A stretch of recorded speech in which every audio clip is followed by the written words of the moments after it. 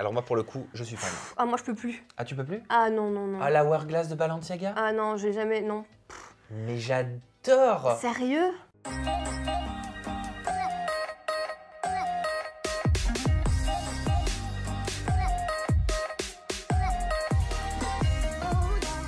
Si tu aimes les sacs à main, si tu aimes les sacs à main de luxe, eh ben, je pense que cette vidéo, elle est faite pour toi. Ouais, on va se faire plaisir. On va se faire plaisir. On se fait plaisir à nous d'abord, je crois. C'est clair. Bah ouais, parce que je suis allée sur ton compte Instagram et j'ai Oui. vu qu'on partageait une passion. Ben, je savais pas, moi, Sam. C'est vrai, tu savais pas? Non. Ah, j'adore ça. T'adores les sacs. C'est presque du fétichisme. Arrête. J'ai même des sacs en déco. Mais comment ça en déco? Ah Tu bah, les portes pas? Sur la cheminée. Mais non. Ah si? Mais il t'en a combien, genre? Alors en déco, j'ai 2 petits Jacquemus. Ah oui, bah oui, c'est parfait. Bah, c'est parfait. Oui, oui, oui. Et mon rêve, c'est d'avoir, tu sais, une vitrine à curiosité et de mettre un petit sac par-ci, un petit sac Ah par-là. ouais? Et tu les sors ou tu les laisses sur Ah, ta mais cheminée? non, mais je les sors. Là, je prévois de prendre une cloche pour les mettre sous cloche. Arrête! Ah, je suis hystérique. Ouais, vrai. Tu vas les mettre sous cloche? Je trouve ça trop beau. Oui, c'est vrai que c'est des pièces d'art, c'est joli. Et mais... même dans mes toilettes, j'en ai un que j'avais trouvé chez Selfridges à Londres, magnifique, tout en strass d'une marque américaine et il est dans mes Mais toilettes. arrête, non, ça par contre, faut faire attention. Parce que quand tu tires la chasse d'eau avec toutes les petites particules microscopiques ouais, ils peuvent aller sur le sac, abîmer le sac. Ah, j'avais pas pensé à ça. Voilà, tu vas le changer celui-là. Oui, parce que tu m'as matrixé. Là, ça m'a En plus, toi, matrixé. t'es un peu comme moi niveau bactéries. Et tout. Hygiène? Ah, ouais. Laisse tomber, laisse tomber. Moi, quand t'es arrivé, on a fait comme ça. Oui, mais moi, ça m'arrange. Hein. Moi, j'aimais bien C'est vrai pendant le confinement, pendant le Covid. Mais On se merci. faisait pas la bise et tout. Mais merci. Tu vois? Mais c'est génial, je Ah trouve. ouais, ouais. Bah oui, ça m'arrange aussi. Donc sur ton compte Instagram, je Oui. t'ai vu avec un joli sac Chanel noir, avec un cabas Chanel beige, avec un Birkin de chez Hermès rose poudré. Oui, J'ai jamais comme vu cette ton pull, couleur. ouais, il est beau. Ouais, un petit peu comme le pull. Merveilleux. Tu peux autant porter un Prada argenté, un gros monogramme Louis Vuitton, le baguette de Fendi. Ouais. J'ai c'est vrai. vu. J'ai vu le Lady Dior aussi. Oui, que je porte plus du tout. Ah, tu le portes plus celui-là? Non, je sais pas si on en parlera, mais vraiment, c'est un sac que je ne prends pas souvent, je le trouve pas pratique. J'ai pas d'affinité avec le modèle spécialement. Et bien ça tombe très bien parce que l'objet de cette vidéo, tu vas voir, on va voir des influenceuses célèbres issues de la télé ou non qui portent des sacs à main de luxe. Ok. Et nous, on doit chacun donner notre avis. On note le sac. Vous le Ah. faites avec nous dans la description de cette vidéo. On note le sac et si tu le connais, bah, t'hésites pas à raconter une petite anecdote. Et moi, Ok. vous verrez, j'aurai des petites informations à vous communiquer Plus sur technique. l'histoire, sur Allez. la marque, etc. Trop cool. Enfin, technique, mais moi, c'est facile, j'ai les notes sous les yeux. Ouais. Voilà. Allez, go. Même si je suis un passionné. Allez, c'est parti, let's go. Luffy, on démarre Ah oui. tout de suite cette vidéo spéciale sac de luxe avec l'influenceuse Rim, je sais Ah pas si oui. tu connais, qui porte un grand modèle du saddle De chez Dior. de chez Dior. Il est énorme. Oui, il est gros celui-là. Hein. Je l'avais jamais vu si Ouais. gros. Qu'est-ce que tu en penses alors de cet imprimé, de ce sac le Bah, saddle écoute, c'est marrant. Moi, je l'ai le saddle en plus petit et en imprimé jeans. Tu vois, vraiment bleu. J'ai le même Non. monogramme jean. Pas monogramme, on dirait, tu sais, un kaléidoscope comme ça bleu, mais en jean. Ok. Et bah, c'est un sac que j'ai acheté, mais je le regrette Pourquoi? parce que c'est un modèle que je porte jamais.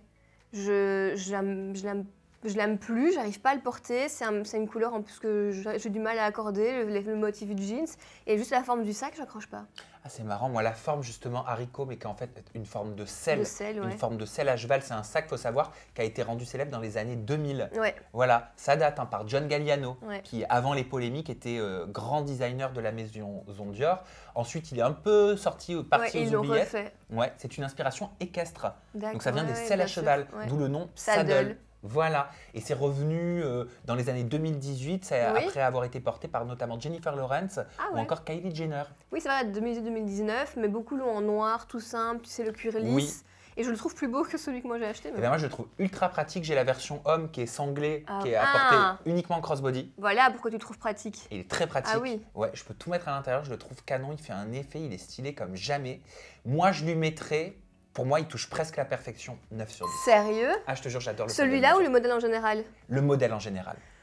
Moi, je le trouve pas pratique dans la forme, tu sais pas mettre grand chose dedans, il est compliqué à ouvrir, à fermer, et en plus j'ai pas d'affinité avec le modèle, donc je mettrais... Mais c'est une très belle pièce, hein. Ah oui. Avec une très bonne qualité, très bonne finition, mais point de vue perso, je mettrais 5 sur 10. Ok, bon moi c'est bien, c'est notre premier désaccord. Voilà, on n'a pas les mêmes goûts, tu vois, peut-être Voilà. on Il verra. Il en faut bien. Et vous, vous nous le dites dans la barre de commentaires ce que vous pensez du saddle de Dior. On enchaîne avec une influenceuse qui s'appelle Jazz Ah et oui. qui porte un modèle de chez Saint-Laurent Mm. en cuir noir embossé croco, donc Ouais, c'est hein, du c'est faux ça, hein. croco bien évidemment, avec le YSL, la métallerie ton sur ton Ouais. noir, la chaîne noire. Et ça, c'est le modèle Sunset de Saint-Laurent qu'on retrouve aux alentours de 2150 €. Qu'est-ce que tu penses de ce modèle? Passe-partout, bon, pour un sac quotidien, il doit être hyper pratique. Moi, de Saint-Laurent, j'ai un seul sac. C'est une pochette de soirée, c'était mon premier sac de luxe que j'ai acheté à New York. Très mauvais choix parce que tu sais, là-bas, les prix des pièces françaises Ah bah oui. sont beaucoup plus élevés. Bon, bref. Mais je l'ai acheté là-bas et c'est aussi un sac que je mets pas souvent parce que je trouve que les Saint-Laurent sont très très classiques. Ouais. Et j'aime bien dans mes sacs avoir une petite touche parfois de fun. Et là, voilà. Mais après, le sac est très beau et je le conseille, tu vois, à l'achat. Pour un premier achat, ils sont souvent plus abordables les Saint-Laurent que d'autres marques françaises, donc haute couture. Donc je le conseille parce qu'il doit être très pratique. Mais moi, j'ai pas d'affinité non plus avec ce sac. Ouais. Je suis difficile. Hein. Moi, chez Saint-Laurent, tu vois, c'est vrai que c'est très intemporel, le sac Bien Saint-Laurent. sûr. Moi, c'est le sac de jour.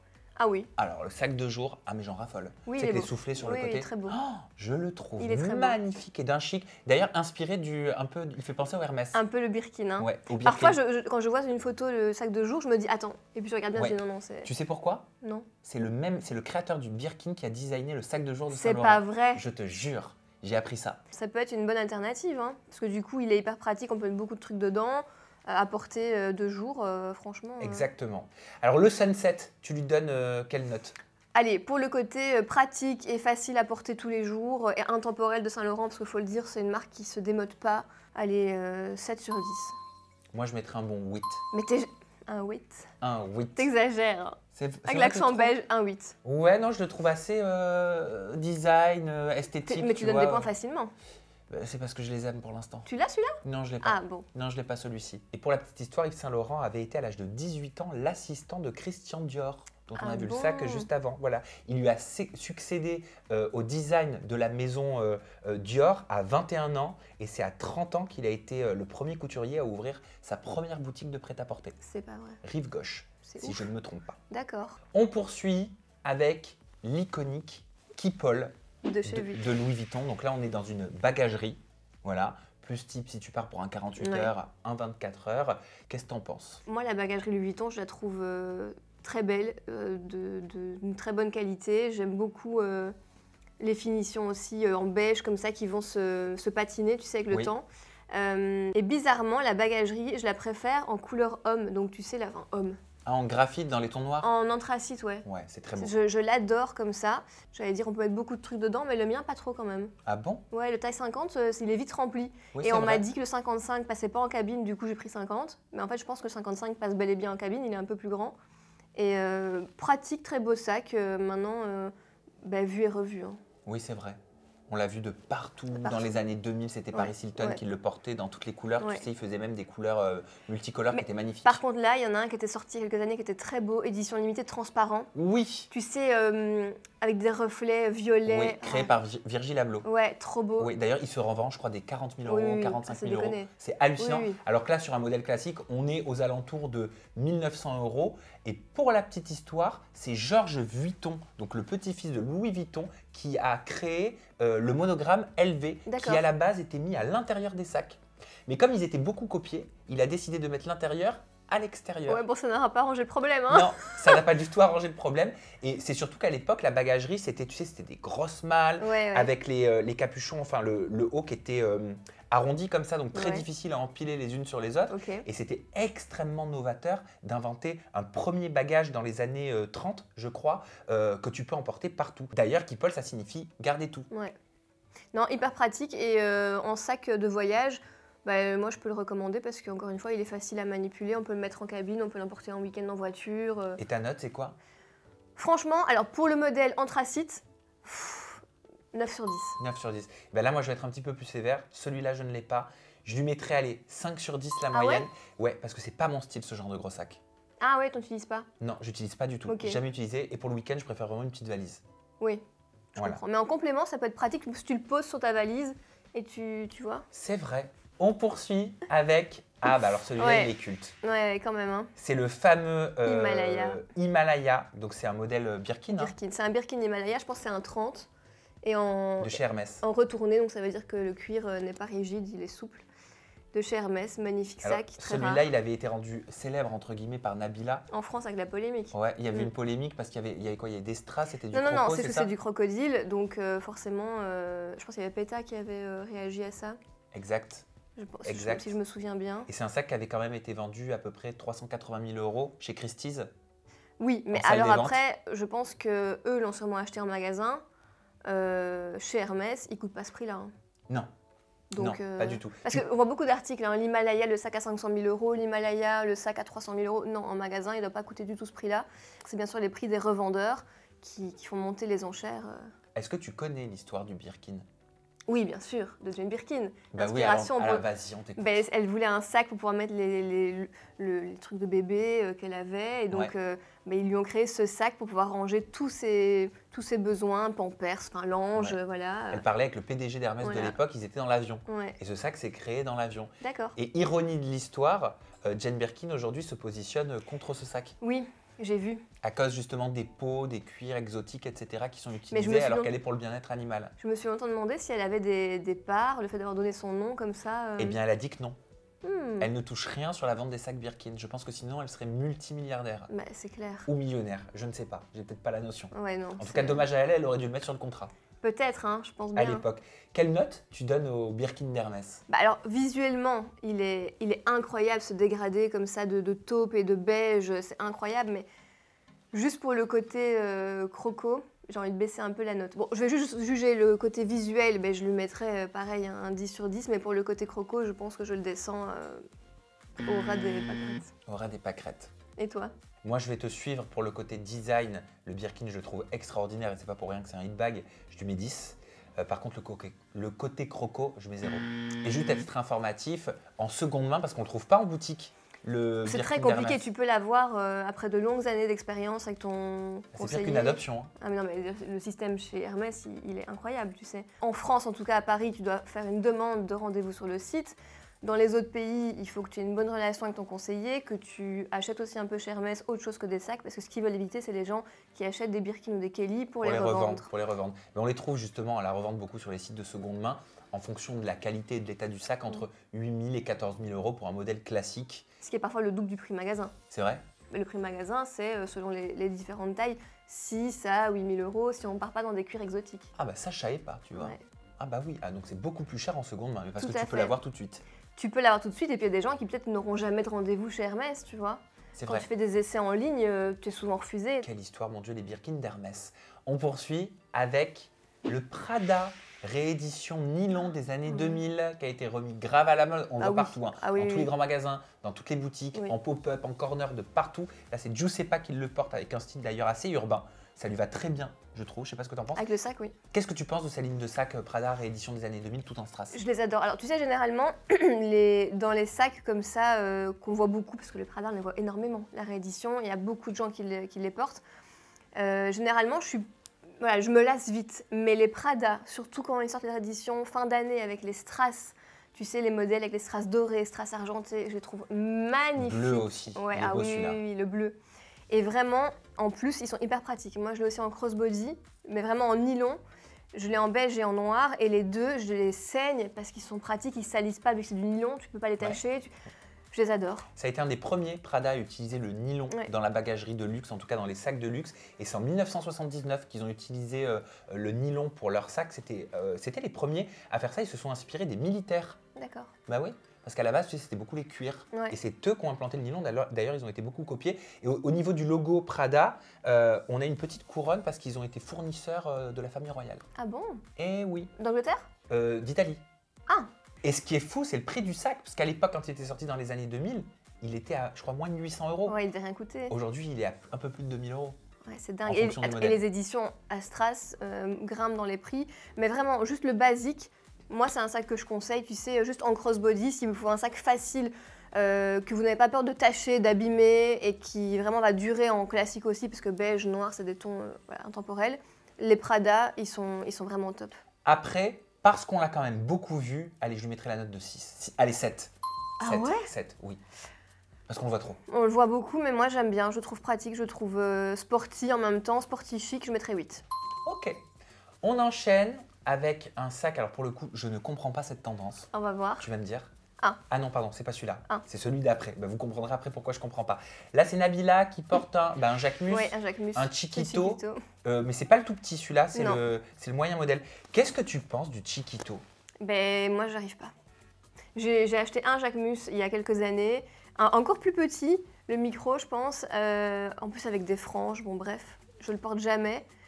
Et je le vois trop, je sais pas, je m'y fais pas à ce modèle et je n'en achèterai pas.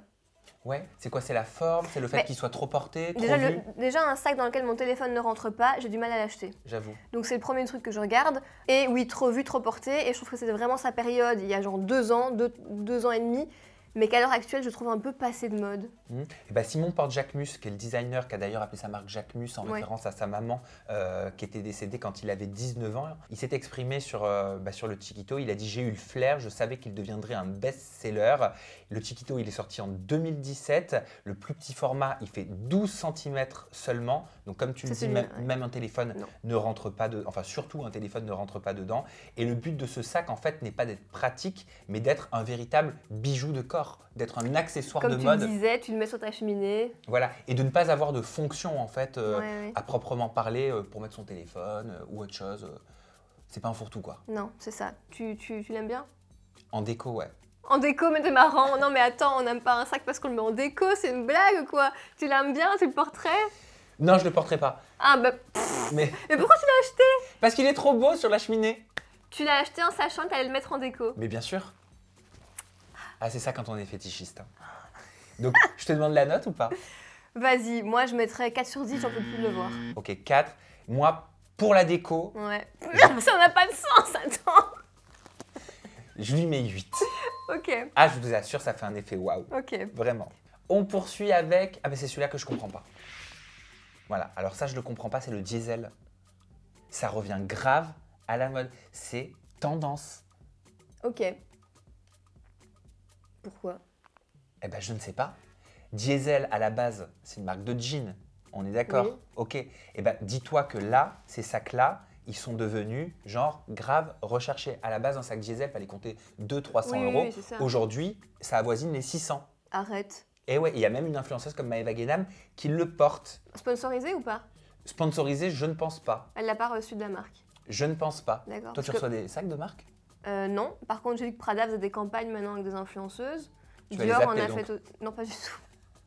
Non, pas du tout. Ah, moi, je les appellerais. Non, non. Mais en tout cas, maintenant, les influenceuses commencent certaines à recevoir des sacs en promo, en sponsor, En gifting, ouais. en gifting. Donc, c'est ça que je me demandais si elle l'avait reçu. Ok, bah non, mais qu'est-ce que t'en penses alors de ce sac qui est grave tendance en ce moment? Franchement, il casse pas 3 pattes à un canard, comme on dit. Bah ouais, je comprends pas la tendance. La Vous- couleur, c'est un peu chromé, c'est ça? Oui, c'est ça. Ben écoute, la couleur, je dirais sympa, un peu futuriste, il y a une vibe, mais après, on dirait, tu sais, un sac... ouais, bah non, un bête sac. Ouais, mais moi, vous me le dites si vous comprenez cette tendance, j'ai un petit peu de mal. Pour la petite histoire, à l'âge de 15 ans, c'est Renzo Rosso qui étudie dans une petite école de mode en Italie. C'est là qu'il a approché de près donc, le denim, donc la matière denim qui sert à fabriquer les jeans, et qu'il a fabriqué son tout premier pantalon en jean avec la machine à laver de sa mère. Ah bon? La matière, elle était rigide, alors il a eu l'idée de la frotter contre du béton dans la cour de la ferme de ses parents. Le jean est devenu usé et c'est comme ça que les faits usés des jeans sont apparus pour la première fois chez Diesel. Mais non, C'est ouf hein, quand même. Hein. c'est dingue cette histoire, je savais pas du tout. Et oui, voilà, je suis là pour faire ma Laurence Boccolini. Et donc Diesel revient en force. Diesel revient en force. Qui l'eût cru? Exactement. Alors la note, moi je mets 3. Ouais, j'allais dire 2 parce que je vois pas l'intérêt. Pour moi, c'est pas un sac qui est dans la même gamme que les autres niveau savoir-faire, donc 2. Ouais, voilà, je dis Diesel pour le jean, mais peut-être pas pour le sac. Bah après, ils font du prêt-à-porter aussi, ça peut être sympa, mais là, comparé à tous ces autres sacs, c'est de grandes maisons, C'est vrai, ils dénotent un peu. c'est vrai. On en parlait en introduction, tu disais que tu Ah. ne le portais plus. Le Lady Non. de Dior. Ben, bizarrement, encore une fois, c'est une très belle maison et le sac est magnifique en lui-même, des très belles finitions, une très belle histoire. Voilà, mais même moi, dans ma configuration de sac que je porte, en fait, je sais pas, j'arrive pas. Il fait d'Adam. Ouais, c'est peut-être ça en fait. Il a un côté d'Adam. Après, j'allais dire les Birkin aussi. Hein. Oui, c'est vrai. Mais après, moi, ce que j'aime, tu vois, j'adore le Lady Dior et je regrette que les codes du sac Lady Dior n'aient pas été Moderne. développés à l'homme. Ah. J'aurais aimé retrouver les codes du Lady Dior avec un côté un petit peu plus unisexe. Ouais, vois ce que je veux dire? Peut-être avec une grande... Bah, t'as des straps quand même, hein, mais c'est vrai que c'est... Ouais, moi j'aime le canage. Ouais, Tu c'est vois, joli, c'est c'est joli. ça, ça fait que c'est quand même un ADN de la maison Dior, le Oui, et puis canage. quand tu l'as en main, tu sens vraiment que c'est une pièce cossue, tu sens que tout est de qualité. Oui, Si bien le métal que les poignets, il oui. n'y a pas à dire. Tu savais qu'il avait été créé pour la princesse Lady Diana? Oui, oui, C'est fou. c'est dingue. Mais oui, Comme quoi, il y a des grands noms qui ont des impacts comme ça sur la c'est mode. incroyable. Et d'ailleurs, c'était une férue de mode, hein, Lady Ouais, Diana. ouais, tout à fait. Et c'est Bernadette Chirac qui était la première dame à l'époque, qui pour une venue de Lady Diana a contacté la maison Dior en leur demandant de créer un sac pour Lady Diana à pas lui vrai. offrir. À la base, le sac s'appelait le Princesse, en D'accord. référence Ouais. à Lady Diana, et il a changé de nom par la suite quand il s'est popularisé. D'ailleurs, ils ont multiplié par 10 les ventes des accessoires Dior avec ce sac, C'est dingue. et ils l'ont appelé le Lady Dior. Petite connotation pour Oui, Lady Lady Diana. Diana. Comme ça, Tout vous à avez fait. toute l'histoire. Moi, je lui mets la note de... Tu l'aimes bien? Je l'adore. Je lui mets 8. Oui, ben, je vais lui mettre aussi un bon 7 parce que c'est indéniable que c'est une très belle pièce. Voilà. Mais voilà, personnellement, Un intemporel. intemporel. On poursuit, je crois que c'est l'avant-dernier, avec... Ah ben ça, c'est Ah le oui. trésor. Mon trésor, De pardon. Fendi. Ouais, de Fendi. Fendi, pareil, hein, ils sont revenus en force ces dernières années. On les avait Ouais. un peu oubliés, comme beaucoup de maisons italiennes, hein, tu sais. Versace, Prada, Fendi, c'est vraiment ces dernières années qui sont revenus dans les tendances et qu'on a vu beaucoup de gens sur Instagram reporter leurs sacs C'est vrai. parce qu'ils s'étaient un peu éteints et ils se sont modernisés, ils sont bien faits parce que souvent les maisons italiennes ont tendance à parfois être un peu, tu sais, un peu ringardes si elles se modernisent pas. Et là, Fendi, ils sont revenus de ouf. Bon, après leur fameux sac baguette des années 2000, pareil, avec Sex and the City qui a été connu grâce à la série. Ouais, c'était le premier sac sur lequel il y avait des listes d'attente, le baguette. Ah ouais? À l'époque, oui. Ben voilà, ce sac est revenu aussi il y a quelques années et Fendi fait un carton. Moi, j'adore leur monogramme marron. J'aime bien. Je sais aussi. pas pourquoi, j'aime bien. J'aime bien. Par contre, j'ai du mal avec cette forme de Ah oui, sac. la forme. Les saxos, je vais te dire, ça me fait penser au sac que portait ma mère quand j'avais 5 ans, quoi. Sérieux? Ouais, tu sais, c'était grave la mode des saxos, je sais pas. Oui, les saxos, j'aime pas non plus, mais après, moi, celui-là, je l'ai vu en boutique en fausse fourrure, tu vois, Ouais, avec le monogramme marron. C'était trop beau pour l'hiver, avec le côté, tu sais, manteau d'hiver et fausse fourrure sur le sac. Ça donnait vraiment une vibe cocooning, tu vois. oui, Mais là, comme ça, en tout simple orange, non, je l'achèterais pas. oui. Et toi? Non, moi non plus. De façon générale, je lui mettrais, allez, on va dire la note de 4 sur 10. Bon, à part un petit peu ouais? sévère, ouais. Ouais, celui-là de chez Fendi, pareil, je suis pas hyper fan, je mettrais 5, la moyenne, et j'en achèterais pas. T'achèterais toi? Non, j'achèterai pas. Et pour info, on le trouve aux alentours de 1600 €. Ah, quand même? Voilà, oui, quand même. Le modèle porté par Carla Moro. Ouais. Ah bon? Et on a un dernier sac. Alors, moi, pour le coup, je suis fan. Ah, moi, je peux plus. Ah, tu peux plus? Ah non, non, non. Ah, la Hourglass de Balenciaga? Ah non, j'ai jamais. Non. Mais j'adore! Sérieux? Ah, mais le côté comme ça, incurvé, d'ailleurs, qui a insufflé depuis 2018 toute une ligne chez Balenciaga. Je veux dire, aujourd'hui, tu le retrouves sur les vestes, tu le retrouves dans les shapes, les pantalons. C'est Ouais. devenu l'ADN de Balenciaga, hein, Oui, cette forme Hourglass. mais je peux plus me le voir. Par contre, tu vois le Balenciaga années 2000, le Le cagole. City? Non, le cagole. Ah, le cagole? Lui, je l'adore parce que je le trouve vraiment hors du commun, avec la petite, le petit cœur en miroir. Enfin, tu vois, Eh la ben, tu vois, moi, je le petite trouve un peu trop cagole. Bah oui, mais c'est le but. Oui. Il est too much, tu vois. Mais avec une tenue plus simple, tu portes le cagole et boum, ça te met du peps dans la tenue. Mais celui-là, j'en peux plus de me le voir. Tout le monde l'a et en plus, il est tout... Ouais, je comprends que la forme est sympa, mais j'arrive pas. Toi, tu l'aimes bien. Ah, mais moi, je l'adore. Pour moi, il touche presque la perfection. Arrête. Mais oui, et ça, c'est tellement un hit bag qu'il a conduit toutes les lignes de la maison Balenciaga, que ce soit au prêt-à-porter, au niveau des chaussures. Pour la petite histoire, c'est une inspiration directe du créateur, du fondateur de la maison Balenciaga qui s'appelle Cristobal Balenciaga et qui fabriquait ses tenues, ses tailleurs, ses vestes en marquant énormément la taille et les épaules. Oui. Et les épaules. Et les tailles étaient très incurvées. Il rajoutait presque des hanches, tu Ouais. vois, au niveau des volumes et de la façon dont il faisait les coutures, etc. Même leurs vestes tailleurs sont très accentuées sur les épaules. C'est beau. T'aimes bien ça? Ben oui, c'est un style, c'est très structuré. C'est même avant-gardiste aussi parfois chez Oui. Balenciaga. Ah oui. Mais ce sac, moi, je l'ai vu mais partout, sur tous les coins, de toutes les couleurs. Limite, tu sais, j'aime bien comment? Je l'aime bien en tout petit. Ah oui, de c'est vrai. soirée. En mini, Ouais. et avec les strass, il est mignon. Oui, avec les strass, il est trop Aussi. beau. Il est trop Ouais. beau. Mais celui-là, comme ça, basique, moi, j'arrive pas. Ok. Donc, pour l'effort de la maison, hein, c'est la meuf. Non, vu que c'est une belle pièce, je mettrais 6, mais le sac en lui-même, pour moi, 3. Moi, je mets 9. Pour le sac, je mets 9. Il est superbe, j'adore. Il faut compter en moyenne 2400 € pour la taille comme ça. Mais c'est beaucoup, hein. Je le trouve pas, oui, il est cher. Oui. Parce que quand tu regardes allez, on va dire les articles Similaire. oui, non, moins chers dans d'autres maisons, Oui. comme chez Yves Saint Laurent, tu as quand même des intemporels. Parce que chez Balenciaga, faut pas oublier que leur sac, t'es pas sûr que cette mode comme ça va rester des années. Pareil, le cagole, tu sais que c'est un effet tendance et puis tu le mettras peut-être pas dans 3 ans. C'est vraiment des maisons, comme Jacques Mus, Balenciaga, que je considère des maisons de tendance. Bien que le Chiquito, je pensais qu'il allait partir hyper vite, il est quand même encore là. Balenciaga, bon, ce sac, je sais pas, le cagole, on verra aussi. Mais pour une maison de tendance, je trouve ça cher comparé à des maisons comme Yves Saint Laurent qui sont vraiment intemporelles depuis des décennies, quoi. Toi, tu dirais que c'est quoi ta marque préférée de sac, ton design préféré, pour conclure? Non, moi j'en ai trop. Je peux pas dire un parce que je dirais que les Prada en sac de soirée, ils sont magnifiques dans les éditions spéciales. Je dirais que les Chanel font aussi des très belles pièces, bien que la qualité est un peu changée. C'est vrai qu'on n'a pas parlé de On Chanel. n'a pas parlé de Chanel, qui font des belles pièces mais qui augmentent sans cesse leur prix, ça devient vraiment abusé. Mais sinon, ça reste un intemporel aussi en sac de soirée, je trouve ça super joli. Et moi, souvent, et c'est un peu mon défaut, j'achète des éditions limitées, pas les classiques. Donc je sais d'avance que ce ne sera pas des intemporels parce qu'il y a un truc ou l'autre qui va faire que le sac va se démoder. Mais je trouve que c'est ça aussi qui est beau dans les maisons, d'avoir leurs pièces édition limitée, qu'on ne retrouvera plus les années après. Tu vois, tu as un peu la trace de leur histoire chez toi, quand tu vois, en achetant ces pièces-là.